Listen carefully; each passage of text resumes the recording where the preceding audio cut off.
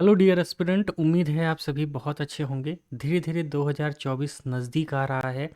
इसीलिए हमें अपनी तैयारी को बहुत अच्छे से और एक सिस्टमैटिक वे में आगे बढ़ाना है। ध्यान रखिएगा, कुछ इंपॉर्टेंट एनसीईआरटीज़ ऐसी होती हैं जिसे हमें पढ़ना ही होता है। मतलब कि कोई टीचर से नहीं, अगर आपने कोई टीचर से पढ़ा है कोई दिक्कत नहीं है, आप पढ़िए। लेकिन जब तक आप खुद से उन एनसीईआरटीज़ के एक एक पेयर पन्ने को नहीं पढ़ेंगे, विश्वास कीजिए वो जो बेसिक बिल्डअप क्वालिटीज़ होती हैं वो जब तक नहीं आएंगी। इन एनसीईआरटीज़ को पढ़ना ही है, ध्यान रखिएगा।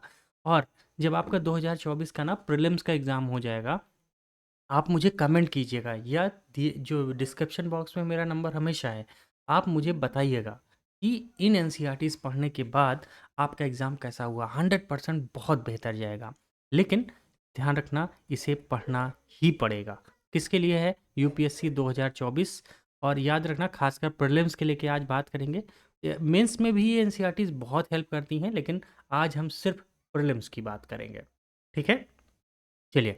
तो बिल्कुल देर नहीं करेंगे। सबसे पहली एनसीईआरटी आती है राजनीतिक विज्ञान, यानी कि पॉलिटिकल साइंस की क्लास 11th की दो एनसीईआरटीज़ हैं। ये दोनों एनसीईआरटीज़ हमें पढ़ना ही पढ़ना है। पहली है पॉलिटिकल थ्योरी और दूसरी है द कॉन्स्टिट्यूशन ऑफ इंडिया, मतलब राजनीतिक सिद्धांत और भारत का संविधान। ये दोनों एनसीईआरटी थॉरली पढ़िए, डिटेल में पढ़िए, थोड़ा टाइम दे के पढ़िए, कोई जल्दीबाजी नहीं है। आराम से पढ़िए, इसके शॉर्ट नोट्स बनाइए।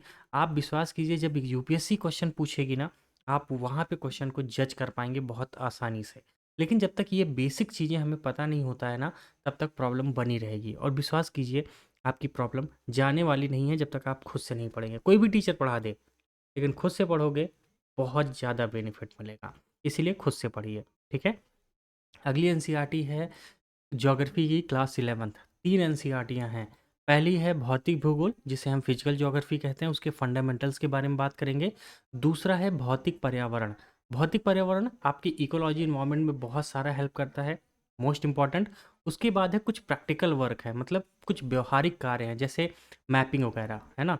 मैपिंग वगैरह तो बहुत ही इम्पॉर्टेंट मैपिंग है यहाँ पे, इसको आपको करना ही करना है। ये तीन एनसीईआरटीज़ ऐसी हैं, जो आपने पढ़ लिया ना, विश्वास करो आपका जो ज्योग्राफी का बेसिक फंडामेंटल है वो बहुत मजबूत हो जाएगा। लेकिन फिर से कह रहा हूँ, टीचर कोई भी पढ़ा दे, लेकिन हर एक पन्ने को खुद पढ़िए। विश्वास कीजिए बहुत बेहतर होगा। ठीक है। चलिए, अगली एनसीईआरटी की बात करते हैं। हिस्ट्री बहुत ही इंपॉर्टेंट है, लेकिन हर एक एनसीईआरटी नहीं पढ़ना है। क्लास 6 की पढ़िए, क्लास 7 की पढ़िए, 8 की पढ़िए, 11 की तीन एनसीईआरटियाँ हैं। क्लास 11th में तीन एनसीईआरटी हैं, इन तीनों एनसीईआरटीज़ को हमें पढ़ना है। तो कुल मिला के 5 किताबें हो जाती हैं आपकी हिस्ट्री की। विश्वास कीजिए, इतना आप कर लो। उसके साथ-साथ मॉडर्न इंडिया की जो राजीव अहीर की स्पेक्ट्रम आती है, वो कर लीजिए। आपका जो क्वेश्चन है, जो डिमांड है हमारा कि 60% के आसपास क्वेश्चन हम सही कर ले जाएँ, वो आप कर ले जाओगे, ये मान के चलिए। और अदर रिसोर्सेज़ उठाने की भी ज़रूरत नहीं पड़ेगी, क्योंकि क्वेश्चन ज़्यादातर यूपीएससी यहीं से पूछती है, बार-बार। बस इन चीज़ों को बहुत थॉरली, बहुत डीपली कंप्लीट करने की ज़रूरत है। टारगेट बनाइए, एक-एक करके चीज़ों को कंप्लीट कीजिए। अगली जो इम्पोर्टेंट एनसीईआरटी है, वो है आर्ट एंड कल्चर को लेके। क्लास 11th की फाइन आर्ट की एनसीईआरटी है, जिसे ललित कला कहते हैं, कक्षा 11 की कला एवं संस्कृति। मोस्ट इम्पॉर्टेंट एनसीईआरटीज़ में है। ध्यान रखना, चैप्टर वाइज बहुत अच्छा डिस्कशन दे रखा है। उन डिस्कशन को पढ़िए, डिटेल में पढ़िए, उसके शॉर्ट नोट्स बना लीजिए। आप विश्वास करेंगे, जितने भी स्टूडेंट रहेंगे उनसे आप 10 क्वेश्चन ज़्यादा ही करके आओगे, वो भी सही करके आओगे।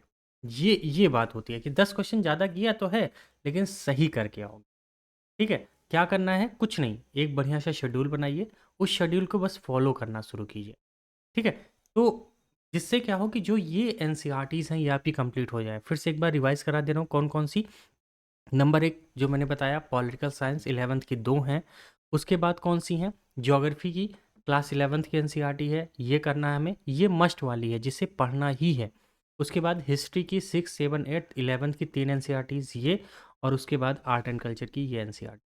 इतना कर लीजिए, विश्वास कीजिए आपका बेनिफिट हो जाएगा।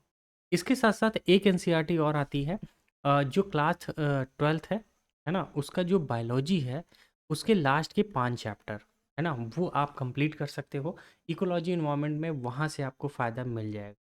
ठीक है? लेकिन ध्यान रखना, अगर पढ़ पाते हो खुद से तो, नहीं तो किसी टीचर की हेल्प ले लीजिए, क्योंकि 12th की बायोलॉजी हो सकता है आप फ़ैमिलियर उतने ना हों, इसलिए। ठीक है? इतना चीज़ें करते रहिए, और कोई भी दिक्कत आए, कोई भी डिस्क्रिप्शन में मेरा नंबर दे रखा है, आप वहाँ मुझसे बात कर सकते हैं। अभी सीसैट का जो कोर्स है वो मैंने लॉन्च किया है, आप वहाँ मिल सकते हैं।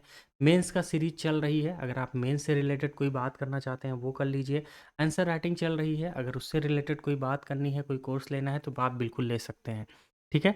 तो बिल्कुल आप सबसे फिर मिलेंगे अगले सेशन में, तब तक के लिए आप सभी का बहुत बहुत धन्यवाद। ध्यान रखिए, ये एनसीईआरटीज़ पढ़ना तो पड़ेगा ही।